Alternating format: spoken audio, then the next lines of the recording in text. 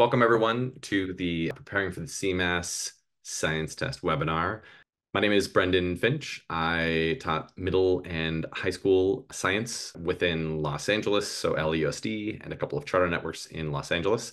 And I left the classroom almost 10 years ago to build rocketlit.com, which is a leveled reading website. And then in the last 5 or 6 years, we've started to work on Inner Orbit, which is the center of our conversation today. So what we do are we build assessments for the NGSS. We support a few districts in Colorado and lots of districts across the country. And I wrote a lot of the assessments on the site originally. Now I spend a lot of my time talking to thought leaders. We're building kind of informal assessments, think like do nows or like practice things or like scaffolded practice. And so we're working on some beta versions of those things. And I'm spending a lot of time building those things and talking to people about them. But welcome, y'all. I'm really excited for my colleague Julia to introduce herself too. Thank you, Brendan. So my name is Julia. I am a former teacher for elementary students, and I used to tutor too in the Dominican Republic, which was very, very fun. And then I've been building materials to support teachers in districts with their NGSS implementations for the last 2.5 years, almost 3, with Inner Orbit. And now I am Inner Orbit's district engagement manager. So if you're interested in trying Inner Orbit in your district or in your school, please feel free to email me, and then I can help you with that. Cool. You enjoyed being a tutor? I feel like tutoring, like teaching, and I like tutoring. I like teaching a lot better. Yeah, I like tutoring just because it was literacy and I had 4 kids, which was really cool. They were all 9. Ah, okay. That's awesome. Okay. Well, anyways, y'all, let's roll into our webinar for today. So we're here to prepare for the CMAS science test. We're going to do a couple of things. We're going to analyze some released test items and dive into some strategies from our partner at Boulder Valley Public Schools. Erin Greenwood is amazing. She is going to share some thoughts about the CMAS, which we're really excited to share with all of y'all. We're going to be here for about 60 minutes. I'm going to be honest, it's gonna take that full hour. We're going to do some release test item examples and analysis. We're going to hear Erin talk about some of the challenges that Boulder is facing with their rollout of the CMAS and addressing the new test that is out now. We'll talk about scaffolding up, and Erin, in fashion with scaffolding, she's going to talk about literacy and how they are addressing scaffolding literacy. In addition, we'll look at some in-orbit items and talk to Erin again about what Boulder is doing next. Super, super interesting stuff they're working on there. Can't wait to share it with y'all. Then we'll talk about using phenomena for test prep. So one of the the cornerstones of the new CMAS science test is that it's all driven by phenomena. And those questions are hard. Like the 5th grade and 8th grade questions are, and the 11th grade questions are really hard. So we'll look at some ways we can use phenomena throughout a unit or through daily do nows, like quick little touches, or maybe CP practice problems. This is another structure that we built on Inner Orbit to help y'all just kind of get some experience with the SCPs. And then we'll have some parting advice from Erin Greenwood. And without further ado, let's get started and dive in. So first off, if you don't know what Inner Orbit is, so Inner Orbit is pretty simple. So we're a website and we do 3 things. Well, there are other things that we do, but 3 basic things. So first, we aggregate phenomena. So we find things that happen in the real world.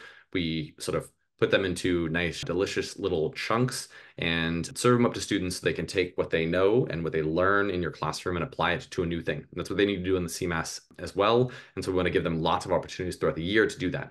And ideally, with those phenomena, we want to give them really structured and specific questions. So we write questions to the NGSS standards, and then each question is tagged with a very specific piece of the standards. So we have some questions that hit just the knowledge, some questions that hit the science engineering practices or the cross-cutting concepts, and some that hit all 3. And all of those things feed into the reports. So with statewide testing, we find that the reports are lacking in the level of detail that you can see. So our reports are really intended for students, teachers, or administrators to be able to make very, very focused decisions. So in this report, we're seeing the science and engineering practice of developing using models. And we see that there's data from 3.5 and the data from 6.8. So maybe this is a middle school science teacher that gave some questions from elementary school as prep for their kiddos. And the students struggled the most with develop a model to describe unobservable mechanisms, but they were really successful on use a model to test cause and effect relationships or interactions concerning the functionings of a natural or design system. So they can show how systems work and how those things function, the cause and effects within that system, but they were really struggling to do things that were at either a scale that's unobservable or like too small, too big, or too long or too fast for us to observe, which is really interesting. That's a really abstract thing that we need to model. And so if you want to try InnoOrbit out in your classroom, you can go ahead and click on that link that we just dropped into the chat. You can sign up for a free pilot if you want, or you can talk to Julia. She's awesome, and she's the person you'll be making a calendar invite with. And if you're watching this as a recording, you can click on the links in the description of the video. But now, let's dive in and look at some practice item examples and some analysis of that. And we're actually going to kick it off with Erin talking to us a little bit more about what are some of the biggest challenges that her and her organization faces with the CMAS science test. So Erin is the science instructional lead at Boulder Valley. They're one of InnoOrbit's Colorado partner districts. We're really excited to be able to work with them. She's awesome. And I interviewed her a couple of weeks ago and edited down the conversation into a couple of really focused clips. So while you listen, focus on what information are they looking for visibility on? How is Boulder Valley addressing issues with access? So I'm going to kick it over to Erin, and she's going to talk a little bit more about some of those access issues that they find, and then the ways they're addressing those access issues, and some of the bigger challenges that they're facing. So with that, I'll kick it over to Erin. So these are little clips from an interview that she and I had a couple of weeks ago. A few of the challenges that we run into are just being able to understand what the data means for three-dimensional teaching and learning. Some of the questions are three-dimensional, some are two-dimensional, but just the language itself has been challenging as one way to think about, especially with administrators who may not have a science background, to just understand that these are different kinds of questions.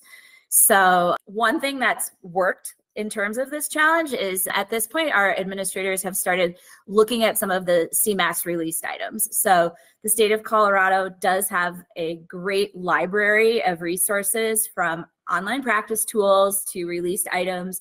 And also they'll give you sort of their answer key. And so you can see what students should then be able to do based on those questions. And so with this work of looking at CMAS questions and what it might, what might students need to know and do to answer in 2 dimensions or 3 dimensions has been a really interesting study. And that then leads us back to the standards, which are all 3-dimensional, and starting to really dive into what does it mean to teach the entire standard. So one of our challenges is, I would say that many of our teachers, they either rely on the content piece, that DCI piece of the standard, the most, and put the most weight on that in their classrooms. And that belief that students should know all of the things is alive and well. And then we've also got folks whose beliefs are all around science should always be fun and it should always be all the practices all the time.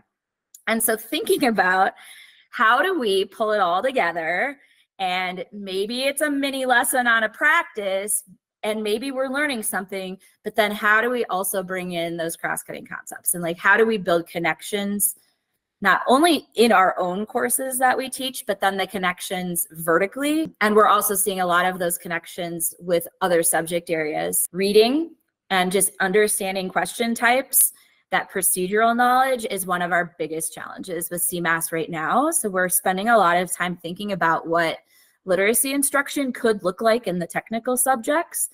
And so that is one challenge that we have that on our front burner at this point, because we're realizing our kids might not be able to access the content or the practices if they don't have the technical literacy skills to understand the vocabulary, be able to navigate all of the complex tools that are available in the test, and be able just to read and understand what the questions are asking for. Those are challenges. One other challenge we're seeing is we definitely have a culture of working towards phenomena-based instruction. The CMAS, all of their questions are phenomena-based. And the chances that those are a phenomena that students have seen before are slim. And so the idea of transferring knowledge in a transfer task is really important for the CMAS. And unless we've really been practicing that in our classrooms and giving students the chances to learn about something and then apply it to something else, they're going to struggle when they see things they don't know on the CMAS. So that is one of the other pieces that's challenging with the Colorado State test as we are starting to learn more about it. And next year will be year 3. All right, cool. Thank you so much, Erin, for walking us through that. So there are a lot of issues with access around the science tests. So she talked about literacy, she talked about the practices and even approaches, instructional approaches that teachers should take. I know she's going to talk a lot more about literacy later on in this. But with that, I want to go into an example question so that we can see what these questions actually look like. So this is a question where if you're familiar with the CMAS, so often there are clusters of questions. So there's lots of different questions associated with a phenomena, so a thing that happens in the real world.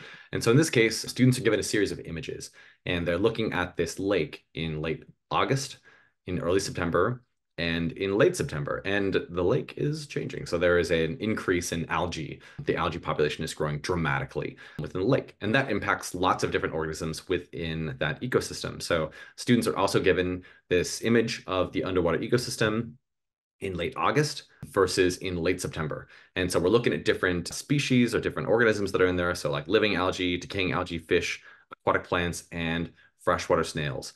And so this is giving them just all of the information and data that they need. And then this question is posed to students. So based on the information, explain how resource availability affects populations in the pond between late August and late September.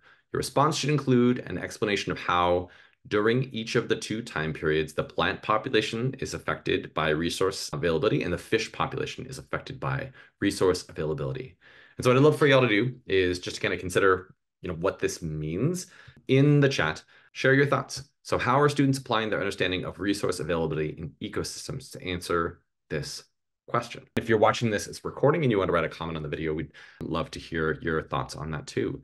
But with that in mind, so this is the level of complexity that students need to be at. And I looked through a bunch of the CMAS questions that are on the state website, and there are many that are even more challenging than this free response question, which was honestly surprising to me. We support folks in many, many states, and the CMAS is way up there in the level of rigor that students need to be meeting. So with that, I want to dive into a little bit of what are three-dimensional standards. And so if you're not familiar with what three-dimensional standards are, these have been out for a bit, but these are called performance expectations. And this is the structure of the standards that are used on the CMAS and used to write the CMAS questions. And thus, all instruction should lead up to this. And so the standard for the question that we just looked at is actually this middle school life science standard. So it's MS-LS21. And what this standard asks students to do is analyze and interpret data to provide evidence for the effects of resource availability on organisms and populations of organisms within an ecosystem. So that thing at the top up there is called the performance expectation. It's baked in 3 dimensions. Those 3 dimensions are the science and engineering practices, kind of like the skills that scientists need, and that is analyzing and interpreting data. And then there are the DCIs, which is the knowledge, the kind of like the things that students should know. And then there are the cross-cutting concepts, which cause and effect is what we're looking at here. And that's kind of like the lenses that students can use. So when we see these standards appear and we see these questions appear, and we think about tasks and instruction that need to lead students up to being ready for the CMAS, we need to think about, are we incorporating what students know?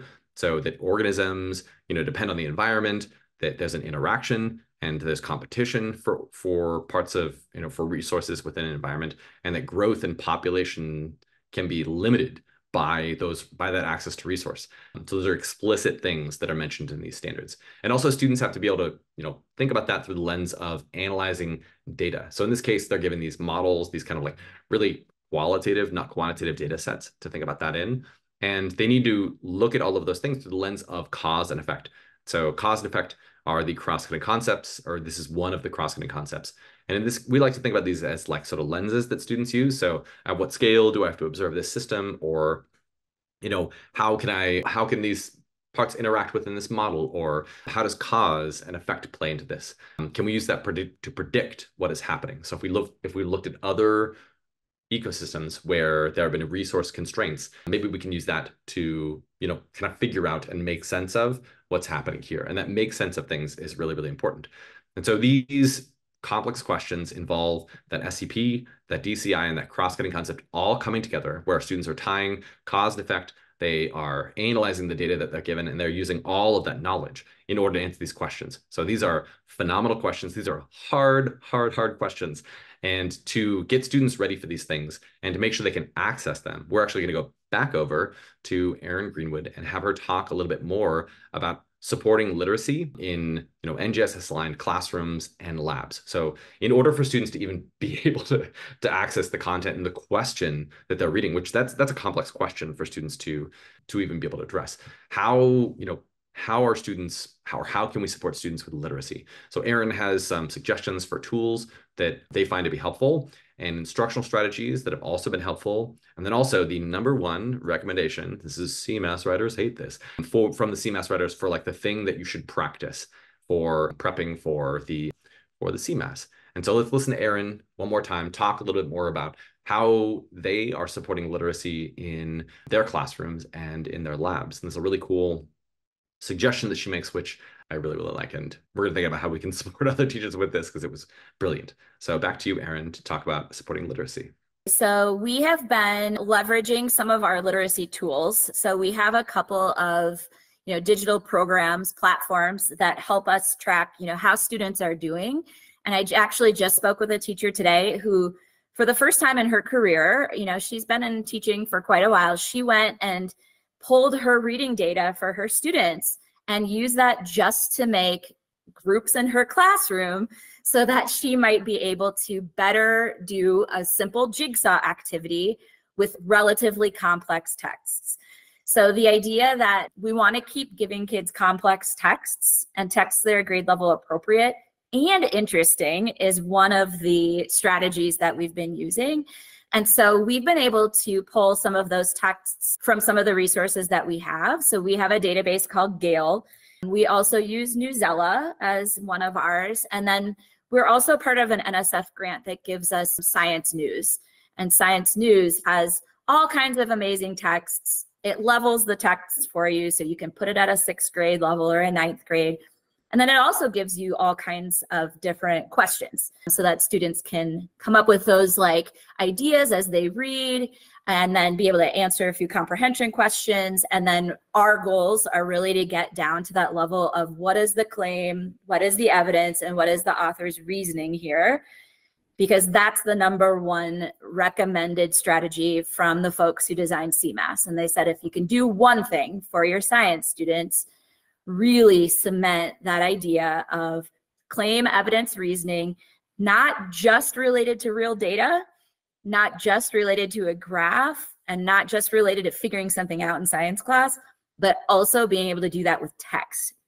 And so that has been probably that main piece that we've concentrated on, because I would say science teachers are used to having kids kind of look at a graph and do claim, evidence, reasoning. But when it comes to the text features, we're not all literacy teachers. And so coming up with a few specific strategies around that has been great. And I've been lucky enough to actually work interdisciplinary with a few colleagues, and we're designing some specific tools all the way from what is an argument and what is argumentation, and how do we pick good texts, and then how can we teach students, how to get there by the end. And so that's going to be future professional learning for us as we move forward in this process. I would recommend a couple different just instructional strategies, and they come out of the NGSS, so they're things people have heard about, but interactive word walls for vocabulary is a great strategy to support literacy.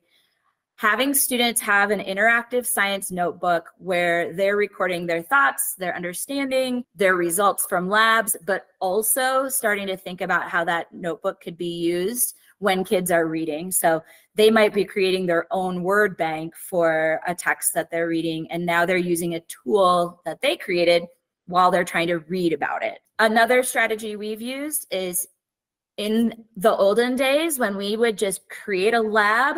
At the top of the lab, it would say background information, and you would read a paragraph or two that were pretty boring, and you automatically were supposed to know about what the lab was about. So we're asking and working on taking all of those tried and true lesson plans that we've had from the past. It's like a great lab experience. Take that background information and replace it with a phenomena and move the reading to the end.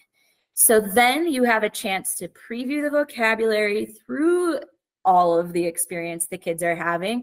They don't need to know the word mitochondria going in. You can teach that as you go. They're trying to figure something out, a metabolic process. And then at the end, they can read for understanding and to formalize what they learned in the lab. So that simple flip has been one other strategy that I've worked with teachers a lot on, especially because we're an adapt the NGSS district. We don't have a curriculum yet. And so really simple, quick, a strategy that you could use. So those are some of the things we've been working on that have helped prepare for the test.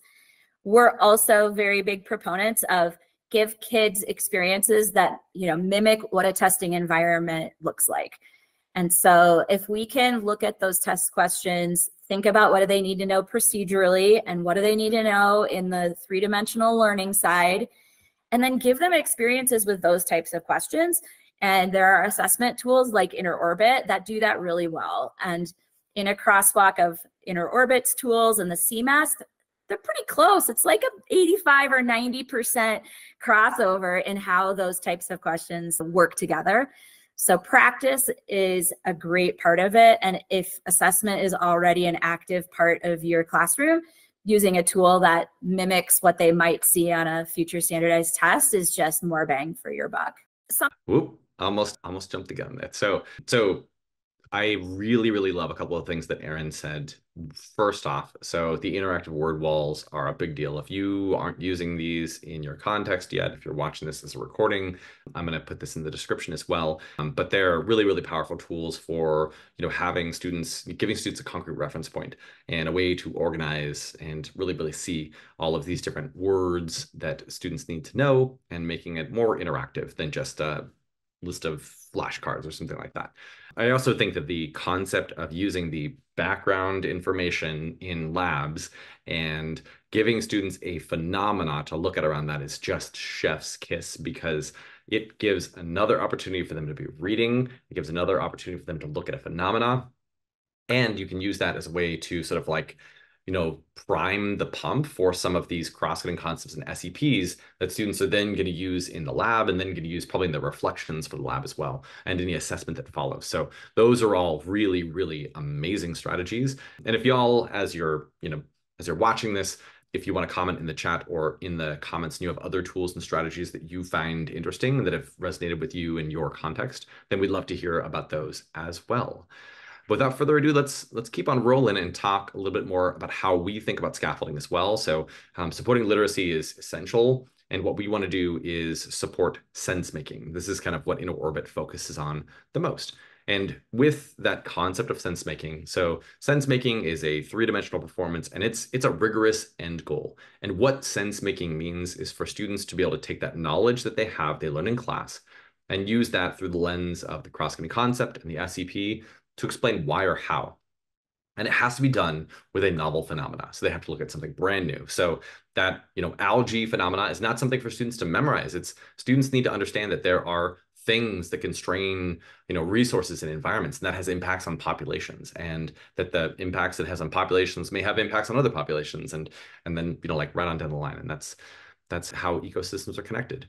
And so what we want to think about and what we want to consider and maybe present in this is how can we scaffold them up to that point where they're making sense of something new. So we like to find the invisible steps that they're taking along the way, and then find ways for us to gather data on each of those steps and figure out how to best support both teachers and students or administrators as well. So there are several different categories of this where they need more data and more practice and more scaffolding in order to better understand and contextualize these standards.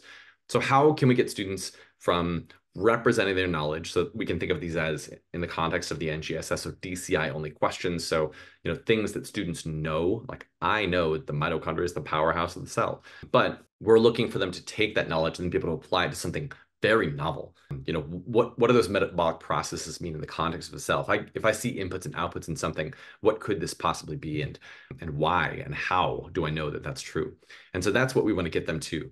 So to help with that, as Erin mentioned, we want to consider different experiences we can give students that sort of mimic and allow them to look at things that are similar to what they see on the CMAS. So this is, one of the different ways we went with this phenomenon in InterOrbit. We went in a more graphical format. So we wanted to give students opportunities to identify patterns in graphs And so this phenomena is one of our phenomena from inner orbit, where students analyze or answer the question, why are these tiny muscles so strong? Ha ha ha. So we're looking at zebra mussels, these invasive mussels, and the populations of these mussels over time in the Great Lakes. And so we're looking at zebra mussels versus native mussels, those two populations, and how they interact over time. So we can see with the introduction of zebra mussels, it changed, these native mussel populations considerably. And there are lots of reasons for that.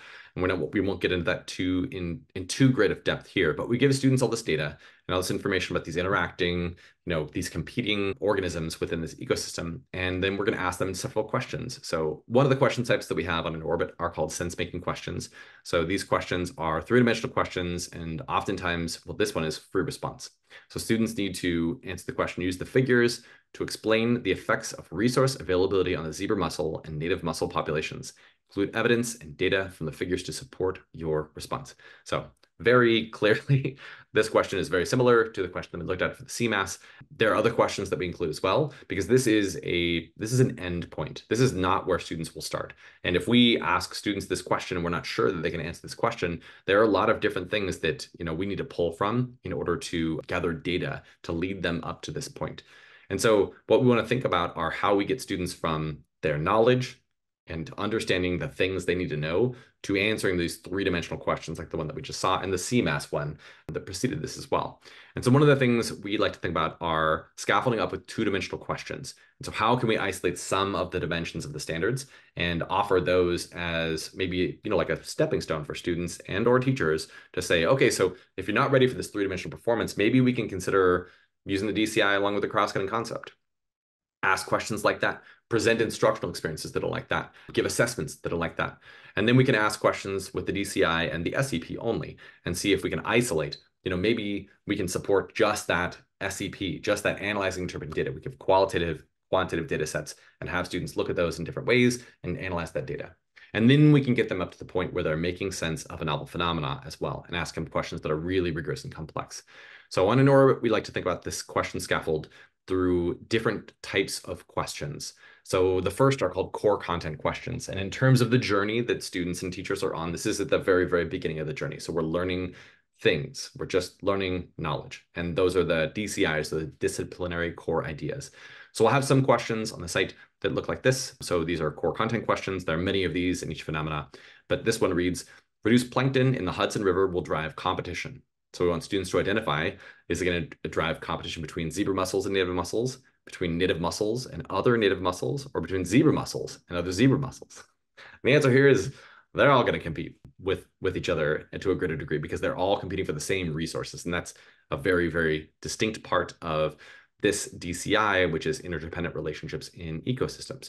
So this question, you could make an argument, right? You could maybe say, oh, students are using the data in there. But the truth is, if students understand that zebra mussels compete for the same resources, that this is just getting at the DCI. They're not analyzing data here. They're not determining cause and effect. They're just understanding that similar organisms compete for similar resources. And that's it. So really, really simple question. So something I want to call out is we see this sometimes where people will ask questions like this and they'll say it's three-dimensional. They're analyzing and interpreting data. And that is not correct. So this question is only asking about, do you understand that similar organisms compete for similar resources? So something to look at when you're looking at different assessment items is, do they need to use the data? Do they need to use the models that they're given? Or can they just answer this with things that they already know? And if that's true, then this is a DCI or a knowledge only question. So we can move up from these questions into our two-dimensional questions that hit the DCI and the SEP. So in this case, we say, refer to figure 1. After the zebra mussels were introduced to the Hudson River, what happened to the phytoplankton population? So in this case, we're looking at the zebra mussels and their impacts on phytoplankton. And so you can really clearly see in this graph that once the zebra mussels were introduced, phytoplankton just plummeted. There are way, way less phytoplankton. So they must look at the graph and look at the data that's given. There's no way for them to answer this question without analyzing the data that they're given. And so this question is looking to assess students on their analyzed and interpreted data, their understanding of those relationships and ecosystems, and it very, very deliberately does not talk about cause and effect. We're just looking at, can you analyze this data? And we don't need to know if you understand the causes and the effects here, just what happened when this happened. That's it. And then we can also ask questions that are two-dimensional and explicitly call out the cause and effect. So in this case, we can ask them questions like the plankton population decreases, which is not likely to be an effect of this change. So they should understand that the food and energy sources of plankton are decreasing. So if plankton have less food and energy, it's not likely that that's going to be an effect of this change. So here we're looking at cause and effect very explicitly. They don't need analyzing data. They just need to understand cause and effect in this context and how resources and populations interact with the DCI of interdependent relationships in ecosystems. And so then if students have answered these questions and we've gathered some data on them, we can even, before we ask them questions that are three-dimensional for response questions, we can ask them three-dimensional multiple choice questions. This is another question type on inner orbit where we say, based on the evidence available in the figures, which is the most likely explanation for the rapid increases and decreases in the zebra mussel population? And so students need to understand that maybe there was not enough food available to support the increased population of zebra mussel, since the population has been unstable as it increases and decreases. So they should be able to see between the phytoplankton and the zebra mussels and the native mussels, that this is some data that they can pull from. So this is a complex question, and it's not simple. Students need to understand cause and effect. They need to understand interdependent relationships in ecosystems, and they need to be able to analyze and interpret the data that they're given. And that's really, really important part of this, that they need to look at those graphs in order to answer this question. So these are really complex questions, and through questions like this and all of the questions we've gone over, we can sort of scaffold up from students being able to represent their knowledge through the DCI, maybe blend the SEP and the DCI, or the cross-cutting concept of the DCI, and then finally ask three-dimensional sense-making questions to see, how are they able to perform when they pull all those things together. And if you haven't seen InterOrbit's reports before, so our reports break these things down, so we can look at one of the DCIs and see all of the different parts of that standard that we have assessed, and then areas where we have not yet gathered data. And more specifically, we can dig into, one of the standards and say, okay, so I see we don't have any data on this part of the standard, but students did relatively better here, and they struggled more with these two parts of the standards. So if I'm planning instruction, I might lean into some of these strengths and say, all right, like, I know you can do this, now build a model of this, or let's do an investigation on this, or write a CER statement about that. And if there are areas where they need more support, then those are places where I'm going to take instructional time to make sure that I revisit that in a novel context. So Julia is going to talk a lot about different ways that we can revisit these phenomena in novel contexts as well. And then with things like the science and engineering practices, so there are really, really specific things that kiddos need to do and experiences that teachers need to give them in order to make sure that they have access to those things. So some of those things are, they have to plan and carry out investigations, but more specifically, they have to evaluate the accuracy of methods for collecting data. They have to collect data to serve as evidence to answer scientific questions. So like a CER statement at the end of a lab or an investigation. Those are some of the very specific things that we're able to collect some data on through those really precise questions that we just looked at. And students and teachers and administrators can all use that to make better decisions that target exactly what we need to do. So if it's professional learning experiences, or if it's actual, instructional experiences or assessment experiences, those are different things that we can focus on. So our reports are just looking to illuminate those things for you so you can make better decisions. All right, great. Now we're going to jump back over to Erin again. She had so many incredible things to say in our conversation. I'm excited to share them all with you. So while you listen to this, I want you to think a little bit more about sustainability. They have an amazing program that they're committing to, and she'll talk more about that. Local phenomena. So how are you able to engage students in grappling with local phenomena? Just some really, really interesting ideas for how to do that. And then what I want you to think about is how you might implement these things in your own context. So there are a lot of great ideas in here, and especially for folks in Colorado, they're really, really specific ideas for y'all, because you live in a place where students can do these things. So those are just like dropping hints, and we'll let Erin talk a little bit more about what they're working on. Some of the things that we're planning on next involve some pretty big initiatives in our district. We have an initiative around sustainability, and we've recently signed the Green New Deal for schools in terms of our resolutions for climate and climate action. And so this is like the perfect opportunity to think about how we might start aligning some of our courses around local phenomena, hope, and action. And so, In the absence of a strict scope and sequence in a school district, one might think about like, what do we rally around so that students are having similar experiences and that teachers have some support? And so rather than thinking about, we're going to teach this unit, this unit, this unit, we're thinking more about what's a really amazing local phenomena that gives kids an opportunity to connect to nature in their context, use those key NGSS instructional practices, and then think about how the standards work with that particular phenomena so that students can at the end really think about having hope and doing something for their local environment. And so the idea, maybe not everybody has a sustainability, thing in their district, but the idea of that local phenomena as a connector, I think is really important. And like I said, in the absence of curriculum, common phenomena with bundled standards is a really great way to start.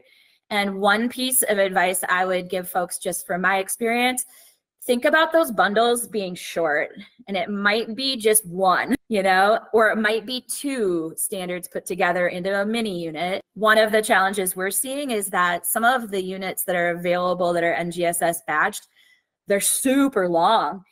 And the kids they want phenomena, but they kind of get bored by the end and they're like, not one more day of, fill in the blank.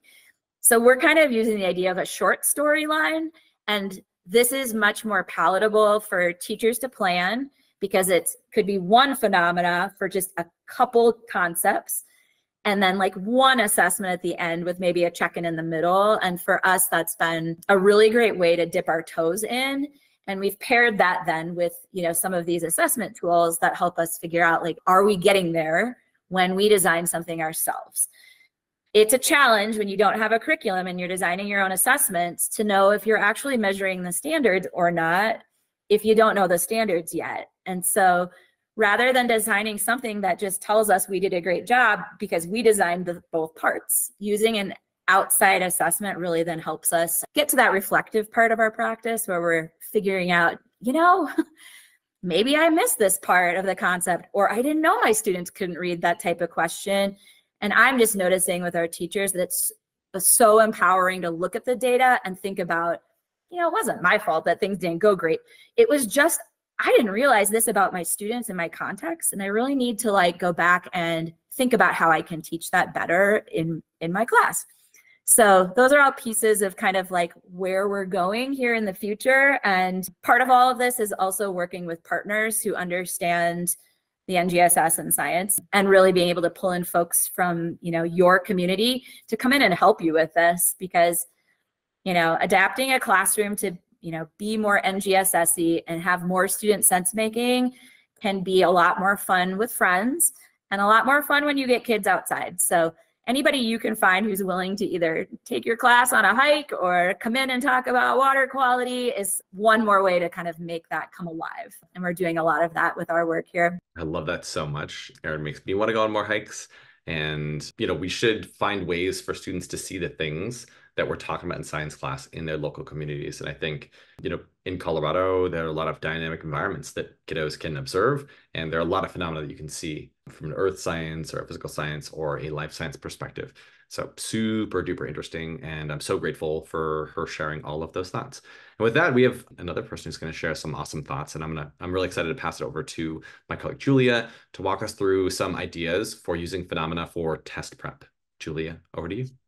Well, thank you so much, Brendan and Erin. So as you said, we've gone over the different types of questions to scaffold up to sense making, but now we're going to review some strategies that we could use for test prep across the whole school year so that our students get actually used to transferring that knowledge to novel phenomena. So let's go back to our standard, which was MSLS 2.1.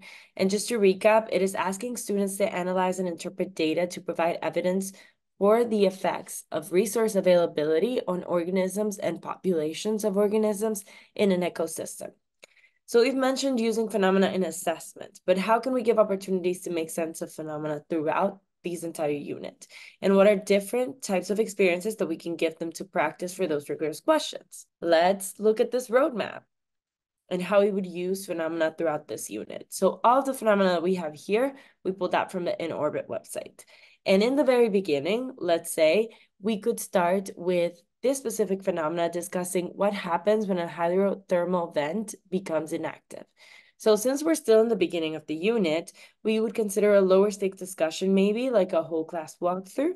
And this is specifically, this phenomena is looking at the effects on population when an underwater energy source stops outputting energy. So in this case, we would include discussion questions that target the cross-cutting concept and the SCP for the whole class to answer together. Moving on to the middle of the unit, we could talk about what is happening to the California condor population. And at this point, maybe we could separate the class in groups to answer questions collaboratively in a printed scaffolded group phenomena exploration. So students would discuss, in this case, the endangered condor and their repopulation in captivity, and also the human and environmental impacts to these populations. And in this stage, students are answering rigorous questions that target the DCIs, the cross-cutting concepts, and the SCPs, but with scaffolding from the teacher and support from their classmates too. And then finally, we could assess students by building a short online assessment to be administered individually, covering the challenges that dam construction creates for salmon. So in this final part of the unit, students should be ready to engage with rigorous sense-making questions by themselves. And teachers can still provide scaffolding as needed, but removing those scaffolds is very important for building student confidence and for building student independence too. And at this point, we have plenty of phenomena for this life science standard, but maybe our students are not there yet, and they are starting at a level where they need even more phenomena and they need even lower level phenomena in order to access these rigorous things. So what we would recommend in this case is for you to go from the grade level standard to a prior grade level standard. And in this case, we're going back a whole grade level band to this 5th grade standard, where students have to develop a model to describe the movement of matter among plants, animals, decomposers, and the environment. So let's look at this roadmap all over again. We could first discuss, why do ecosystems need dead stuff to stay healthy? And this is all about how usable energy cycles back into ecosystems from the dead stuff. Then we could also go over the reason how crabs have essential functions to clean up an ecosystem, but invasive ants are making their life a challenge too. And lastly, we could ask students to explain why this adorable little otter is such an important part of the cycling of matter in kelp forests. So to sum up and reviewing the big ideas of using phenomena throughout a unit, first of all, practice makes perfect. And we should be using phenomena throughout all units, not only during test prep season. And using phenomena provides more opportunities for students to model and practice transferring knowledge and sense making. And if students are struggling with the phenomena targeting their grade level band, we can always scaffold back and lower the stakes with a prior grade to give further sense-making opportunities and identify possible gaps in knowledge or in skills. Cool. So another strategy we could use with these phenomena are these daily do-nows. And these are quick daily activities to review prior standards and or gain experience with novel phenomena. So we would recommend building one 4-question assessment per week, focusing on one performance expectation and one phenomena for that whole week. So on Monday, students can annotate the phenomena, and each day's questions will build in rigor to scaffold students up to that rigorous 3-dimensional question by Friday. So yeah, students, you can choose to review these questions with students each day, or maybe do so at the end of the week. And another way, even more ways that we can use this is with phenomena transfer station. So this actually came from our work with one of our partner districts in Maryland, where a teacher would print out summative assessments with different phenomena for the same standard, and students would explore in groups. So a pro of this is that students keep seeing the same ideas from different scenarios, and it sparks their curiosity and helps them make deeper connections. And we would have formative questions to scaffold students up to a rigorous sense-making question at the end. Some things to consider is that in groups, teacher can always assign roles. So somebody would read the phenomena, then another person would be the recorder, another one would find the evidence or be the fact checker, and each student would have a role. And we would also recommend that students would need to have a little bit of preparation before they're ready to put their hands together in an activity like this. So maybe this is better used in the middle of the unit or towards the end. And having a whole class debrief afterwards to make sure is always recommended, to make sure we model for students the process of sense making once again. And then finally, almost, on Inner Orbit, we also have SU pre-practice problems. And these are content agnostic sets of questions aligned to the K-12 progressions for science and engineering practices in elementary, middle, and high school, with interesting and relevant phenomena that intentionally are leaving out the GCIs and cross-cutting concepts, focusing only on the SEP to build skill mastery and target specific growth. So these, you can all find them on Inner Orbit too. And we are right under an hour, and this has been a lot of information. I'm going to pass it over to Brendan and Erin for a final word to wrap us up in our webinar and some next steps. Thank you so much, Julia. And all of those phenomena that we went over, those are all phenomena on the Inner website. So we have phenomena from grades 3 through 12. So if you're a middle school teacher, you can go back to things from 3-5. If you're a high school teacher, you can go back to middle school stuff. So going over those prior grade band phenomena is a great way to give students other opportunities to see phenomena in a lower stakes context, which I think is really, really interesting. All right, great. We're going to go back to Erin for some parting advice to sum up what are the most important things that she thinks we should focus on. And I'll pass it off to Erin to close us up before we wrap up the webinar. Take a look at CMAS and start thinking about what those questions look like, and really try to model how you're assessing, at least giving kids opportunities sort of in do now type situations or warm-ups where they just get exposure. And don't start the exposure a week before 8th grade CMAS. Start it in 6th grade for 8th grade, and start it in 3rd grade for 5th grade. And then 11th graders in Colorado don't take it very often, but start in 9th grade for 11th grade, so that there's just like that exposure. A lot of times we think about standardized tests as problematic, and there are lots of historical reasons and equitable reasons for that. But in our reality, they exist. And the most powerful thing we can do for our students is to give them all the tools to succeed on those assessments, so that we can then concentrate on other more holistic parts of learning. And the skills that you need for a standardized test, like transfer to other life skills. So helping students see those connections, I think, is important as well, to sort of build a little meaning into it, and not just one more test. But hey, these kinds of things, you might take a test like this to become a doctor or a mechanic or a water quality tester, and just having these skills shows our students that we care about them in the world that we live in. I love it. I so deeply appreciate all of that. And with that, we're gonna wrap it up, y'all. Thank you so much for being here. We did a lot today in our conversation about preparing for the CMAS science test. If y'all have any questions, you can write them in the chat. Julia and I will hang out for a little bit. If you are interested in trying out Inner Orbit, you can find a time to set up a pilot. If you're watching this recording, it's in the video description. You can also sign up for a trial account if you're like, I don't want to talk to those people, they look weird. Then you can do that. You go to innerorbit.com and you can do that. You can also follow us on social media if that's the thing that you like doing. Subscribe to our YouTube channel too. We're posting videos on YouTube all the time. And as we go through this kind of like test prep season, we are beginning to aggregate a bunch of these interviews, and we'll be posting lots more videos in there as well. And if you're like, no, I don't want to do any of those things, I like sending emails, then you can email us too at inquiries@innerorbit.com. We would love to hear from you there. But otherwise, thank you all so much for being here. We are grateful for you taking the time to improve yourselves as educators, administrators, and we're really, really excited to be able to support you in this webinar. Hope you have a beautiful rest of your day, everyone, and let us know if you have any questions.